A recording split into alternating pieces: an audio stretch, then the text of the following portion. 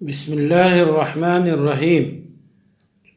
غور کر اے انسان، ملیشیا کی سب سے بڑی جھیل کے سامنے سرسبز و شاداب درختوں سے گھرا خوشنما جزیرہ، اس کے بیچ و بیچ بنگلہ نما سفالہ پوش اپنی آپ مثال فن کا نمونہ بنا کھڑا ہے۔ 14 اگست 1995 دوشنبہ کی فجر بعد ان سنہری گھڑیوں میں اس آرام دہ قیام گاہ میں کمر سیدھی کر رہا ہوں۔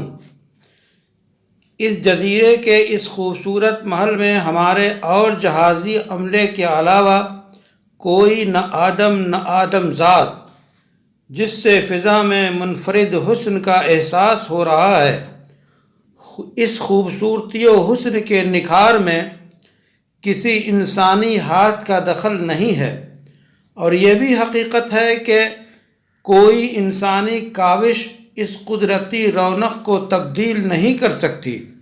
بڑی خوشگوار فضا ہے، رنگ برنگ پرندوں کے چہچہانے کی آوازیں سن رہا ہوں۔ کچھ پرندے ساز کی دھن کو کھینچ رہے ہیں تو کچھ ساز چھیڑ رہے ہیں، تو دوسرے زیر و بم کے نغمے بکھیر رہے ہیں۔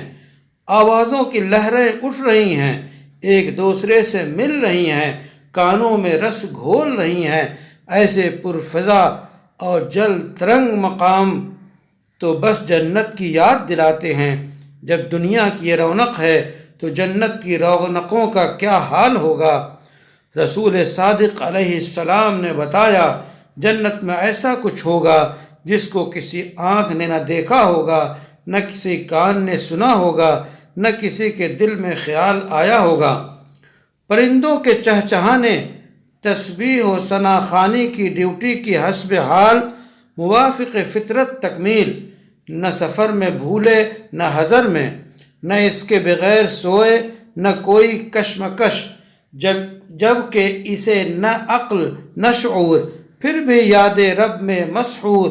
ایسی چہچہاہٹ نے مجھے جھنجھوڑ کے رکھ دیا کہ اے انسان کو اللہ نے عقل سے نوازا تاکہ نفع نقصان سمجھے، پھر آخر وہ اس ذات کو یاد کرنا بھول جاتا ہے جس نے ہر چیز پیدا کی۔ لیکن جب وہ غفلت سے نکلتا ہے، اللہ کی مخلوقات میں غور و فکر کے دریا میں ڈوبتا ہے، تو بول اٹھتا ہے سبحان اللہ والحمد للہ ولا الہ الا اللہ واللہ اکبر۔